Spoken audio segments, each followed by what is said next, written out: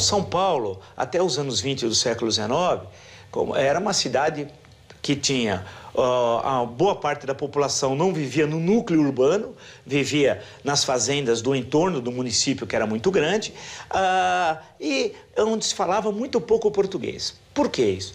Quando é proposto a criação de uma academia de direito, que é a primeira, uma em Olinda e outra no norte e outra no sul, em São Paulo, vários deputados no parlamento brasileiro disseram assim, mas como é possível criar uma academia de direito num local que sequer fala o português? Claro que vai ter depois um debate parlamentar e tal, e é criada a academia de direito aqui.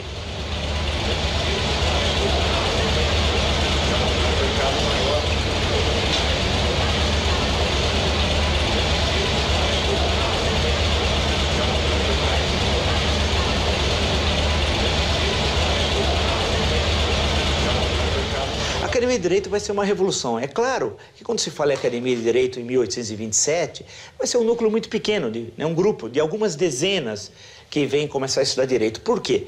Nos anos 20 do século XIX, 30, 40, até meados dos anos 50, ainda os filhos da elite brasileira iam estudar em Coimbra, né? Não iam estudar em Olinda ou especialmente aqui em São Paulo.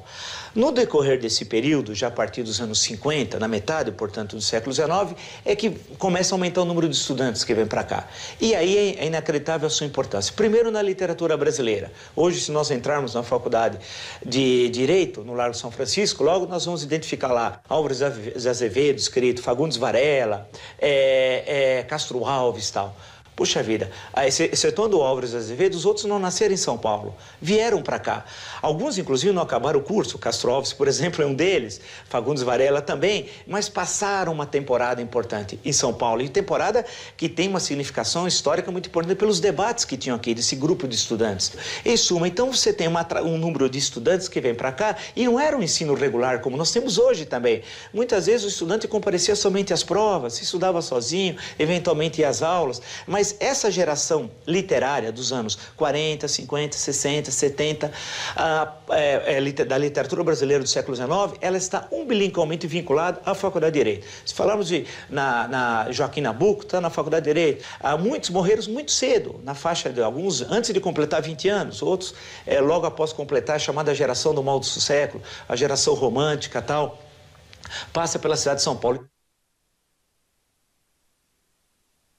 Hernani Silva Bruno chama a cidade de São Paulo, entre os anos 50, 60, 70 do século XIX, de um burgo de estudantes. Era uma cidade pobre, era entre as capitais já provinciais. Tinha uma população inferior, por exemplo, à de São Luís do Maranhão, isso já nos anos 70 do século XIX. Portanto, era uma pequena cidade, sem atrativo, sem nada. O grande atrativo da cidade era essa faculdade, a Faculdade de Direito. E estudantes que vinham de várias províncias do Brasil, que vinham para cá e que vinham morar aqui em repúblicas, inicialmente no entorno aqui do Largo de São Francisco, chegando até onde hoje é a Rua 7 de Abril, por exemplo, onde morou José de Alencar. E esses estudantes que passavam grande parte do ano aqui, antes de ir nas férias, grande parte deles voltavam para suas províncias de origem, não tinham muito o que fazer, né? Porque era uma cidade muito pequena, inclusive porque as mulheres, em grande parte nessa época, por exemplo, as filhas das pessoas que moravam na cidade, elas saíam à rua, a não ser acompanhada de seus familiares e tal. Então, o Castro Alves sempre faz críticas ao clima, muito frio, ele é um baiano, né? Onde não havia local para a circulação das pessoas, não se encontravam as pessoas e tal. Castro Alves era considerado uma pessoa bonita, jovem, loquaz, falava muito bem, vivia com uma atriz portuguesa, Eugênia Câmara, inclusive aqui em São Paulo, que era considerado um escândalo à época. Ela encenou, inclusive, uma peça aqui num teatro que não existe mais hoje. E ele participava de todas as atividades estudantis nas repúblicas e tal. Agora, o Castro Alves é fundamental.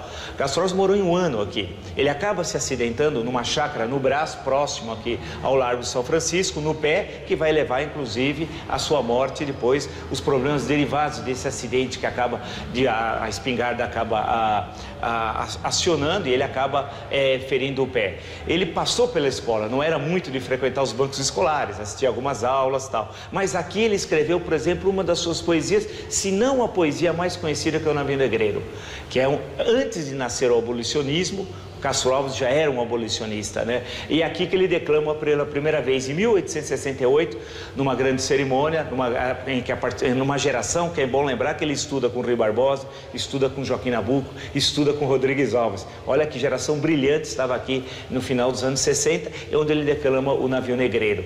Então, a passagem dele foi uma passagem relativamente breve, que ele depois doente daqui vai para o Rio, e do Rio vai à Bahia e acaba falecendo na Bahia. Fatalidade atroz que a mente esmaga. Extingue nesta hora o brigue imundo, o trilho que Colombo abriu nas vagas, como um íris no pélago profundo.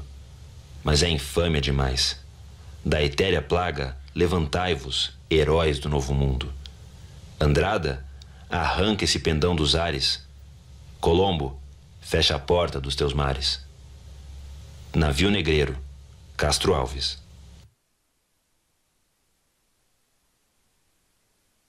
A participação nos acontecimentos de 1868 é uma das gerações mais importantes de estudantes aqui da universidade. Inclusive que vai recepcionar um célebre professor dessa universidade, que era ministro, tinha deixado de ser ministro do Império, que é o José Bonifácio Moço, que é sobrinho neto do patriarca, do José Bonifácio. Foi um dos professores, era considerado o grande orador do segundo reinado nesse momento e professor dessa geração. Inclusive uma estátua que há hoje aqui na entrada dessa faculdade, do José Bonifácio Moço, era uma estátua que existia aqui no Largo São Francisco, que foi a primeira estátua pública de São Paulo, inaugurada já na República, em 1891. Portanto, essa faculdade sempre teve essa vinculação dos professores e dos estudantes com a vida literária, a vida jurídica e com a vida política do Brasil. Essa academia de direito, que começa com uma pequena escola, etc., ali no Largo São Francisco, se utilizando inclusive da estrutura de um convento franciscano, ela se desenvolve no decorrer desse século XIX e se transforma, além de um centro literário, num centro político. As ideias republicanas, a partir especialmente do Manifesto Republicano de 1870, tem na Faculdade de Direito um dos seus principais centros de profusão e de divulgação das ideias republicanas. Mesmo sendo os professores em grande parte monarquistas convictos, escravocratas, lá haverá em grande escala, em grande número, alunos republicanos. E mais, o abolicionismo, que vai de pouco em pouco surgir, tem na Faculdade de Direito, especialmente entre os estudantes, também, e publicando jornais, panfletos, fazendo conferências abolicionistas, um dos principais centros de divulgação abolicionista, também na Faculdade de Direito. Portanto, ela tem, ainda no século XIX, uma importância no campo literário, uma importância no campo político e no campo da luta do primeiro grande movimento de massas da história do Brasil, que é o abolicionismo. Alguém vai falar assim, mas e no campo de direito? Claro, tem a sua importância no campo de direito, mas fundamentalmente é no campo político, literário e do grande movimento que é o abolicionismo. O abolicionismo é o primeiro movimento de massas da história do Brasil. Isso pode parecer um escândalo, uma afirmação desse tipo.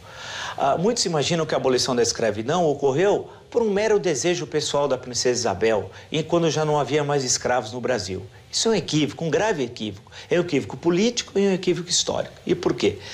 O abolicionismo ele tem início no Brasil fundamentalmente nos anos 80. No momento em que... E tem a ver com um livro, primeiro. Um livro do Joaquim Nabuco. Estudante da onde? Da Faculdade de Direito do Largo São Francisco. Que escreveu o Abolicionismo.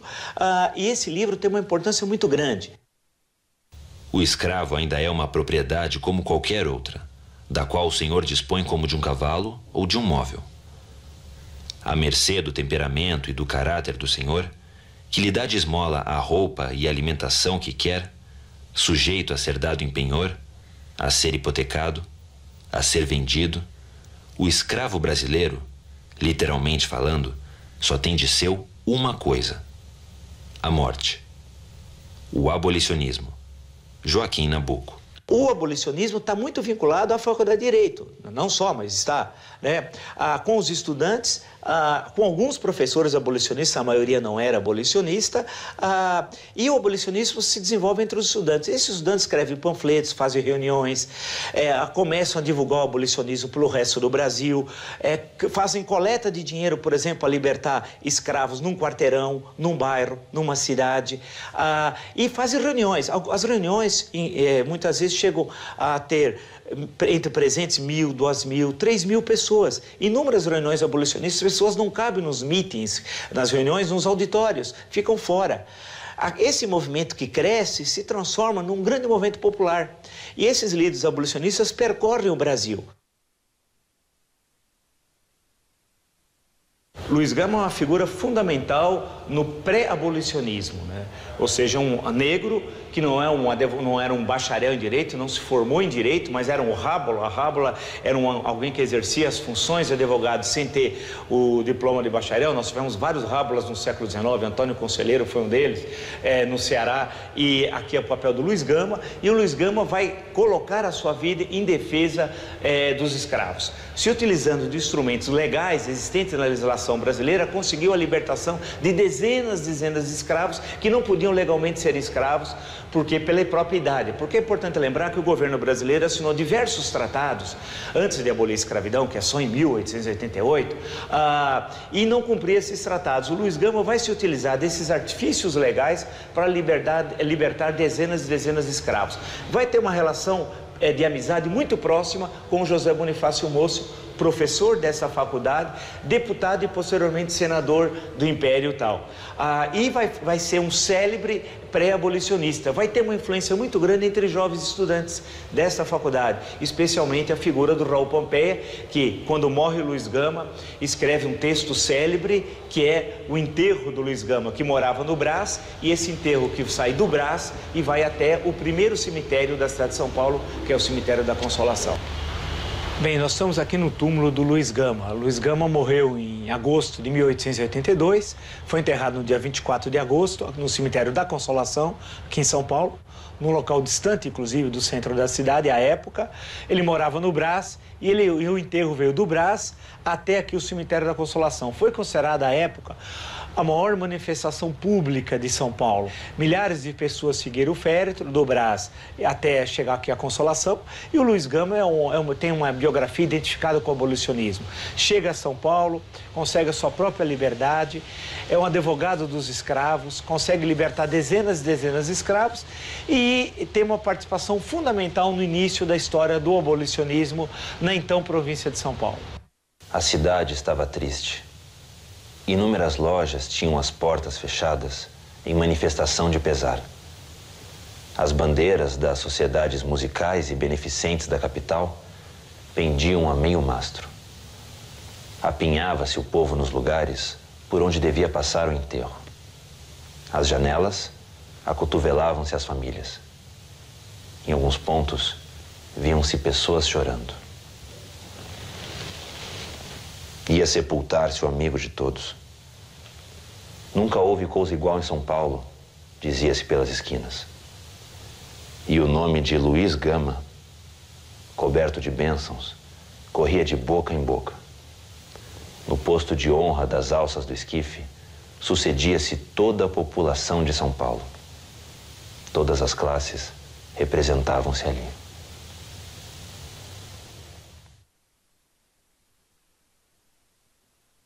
Quando o túmulo, se abrir o túmulo e o caixão vai baixar, se imputa Antônio Bento, mas na verdade ninguém sabe se foi Antônio Bento ou se foi Clímaco Barbosa, que era um outro jovem abolicionista de São Paulo, fazem um juramento de levar a abolição até o final.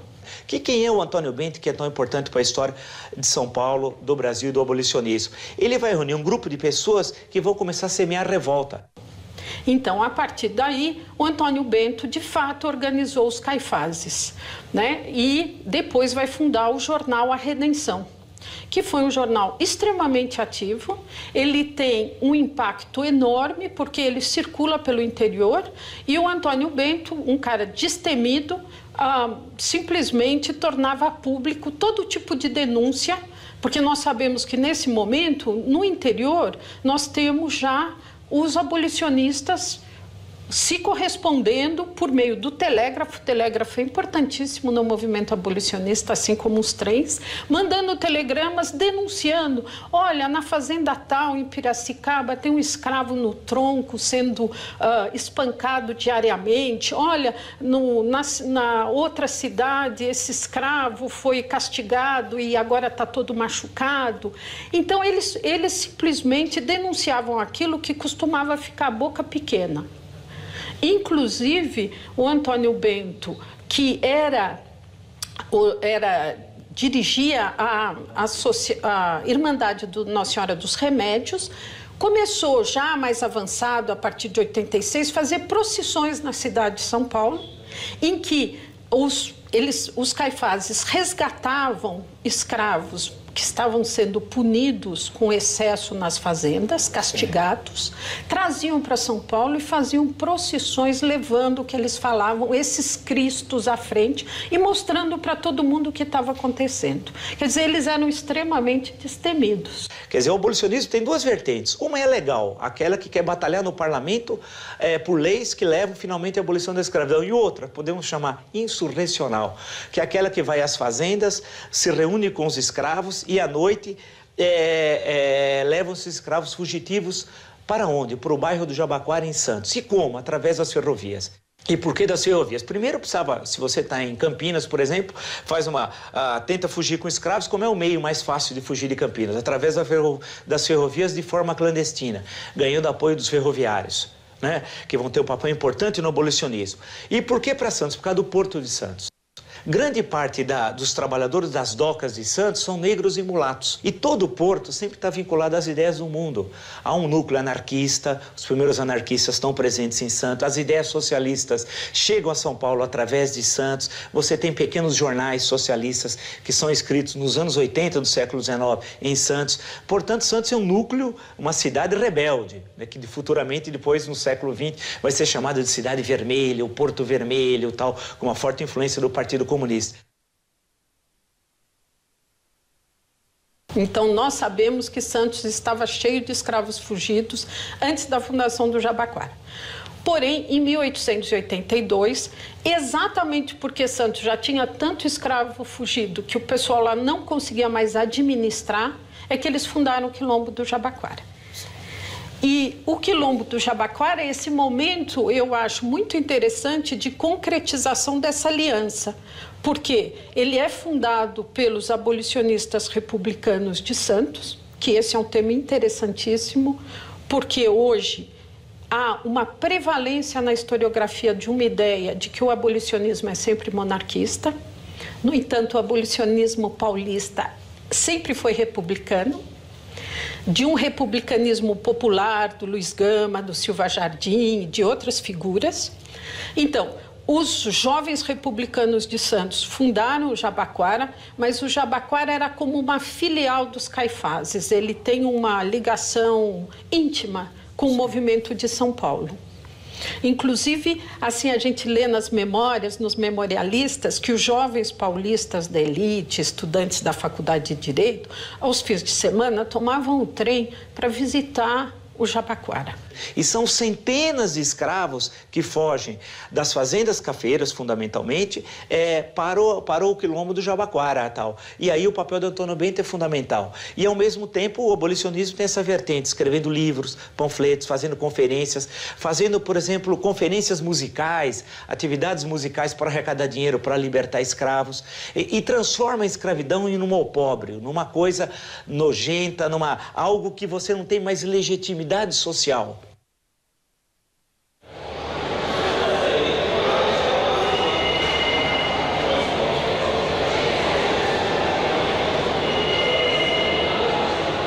Aqui nessa faculdade se formou a elite política brasileira. Toda a elite, se nós pensarmos os principais políticos, especialmente da última parte do segundo reinado, né, durante a monarquia, portanto, estudaram aqui. Se nós pensarmos em republicanismo, dos primeiros grandes republicanos, da fase da propaganda a partir do Manifesto de 1870, grande parte desses republicanos também estudaram aqui nessa escola. Quintino Bocaiúva, Joaquim Nabuco, Rui Barbosa, por exemplo. Aí vamos passar os republicanos, Campos Sales, Prudente de Moraes. Um que era monarquista e vira republicano após o 15 de novembro, o Rodrigues Alves. Portanto, no século XIX, ela tem um papel que é fundamental na formação dessa elite política, numa formação de um pensamento político brasileiro. Portanto, é uma escola que vincula a ação da formação do bacharel do direito com as lutas políticas que o Brasil travava no final do Segundo Reinado e início da República.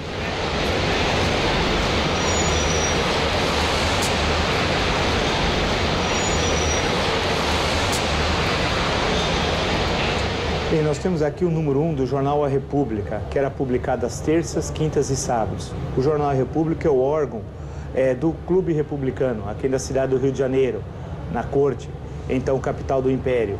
Esse é o número 1, onde tem um manifesto republicano de 3 de dezembro de 1870. É uma espécie de nascimento do republicanismo após um longo período em que o republicanismo quase que desapareceu da cena política entre as décadas de 50 e 60 do século XIX. Esse manifesto é em dezembro de 1870, dia 3, após o final da Guerra do Paraguai. Ele tem uma relação com o desgaste do governo imperial. A guerra foi muito cara, termina a guerra, no final do ano sai esse manifesto, do qual vários paulistas republicanos assinam esse manifesto, que foi divulgado na corte aqui na cidade do Rio de Janeiro, no dia 3 de dezembro de 1870, e nesse órgão, foi o primeiro órgão republicano regular editado aqui na capital do Império, que é o jornal A República. Nesse manifesto, há toda uma leitura republicana da história do Brasil.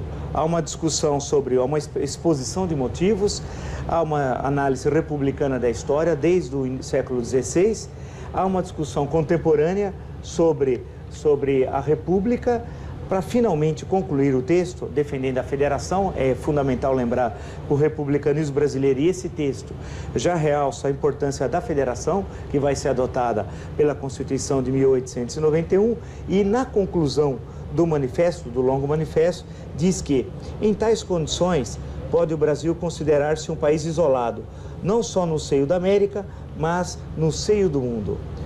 O nosso esforço dirige-se a suprimir esse estado de coisas, pondo-nos em contato fraternal com todos os povos e em solidariedade democrática com o continente de que fazemos parte.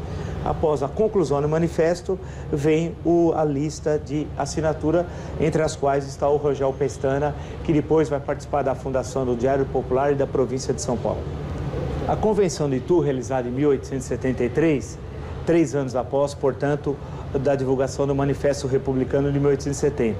Nós temos aqui uma publicação de bolso, vamos chamar assim, do Manifesto Republicano, deste Manifesto de 1870, de uma forma até acessível, fácil, para se ler, para se levar, de 31 páginas, editado em 1873, a edição desse manifesto, aqui no Rio de Janeiro, na tipografia da República, na Rua do Ouvidor, número 132, e é interessante lembrar que é justamente 1873 é o ano da Convenção Republicana em Itu, que vai fundar o Partido Republicano, a seção republicana de São Paulo, e que será, no segundo reinado ainda, a principal seção republicana, tanto que Prudente de Moraes e Campos Salles, por exemplo, serão eleitos deputados pelo Partido Republicano ainda durante o segundo reinado. E não é coincidência que os 3 primeiros presidentes civis da República Brasileira serão paulistas: Prudente de Moraes, Campos Salles e Rodrigues Alves.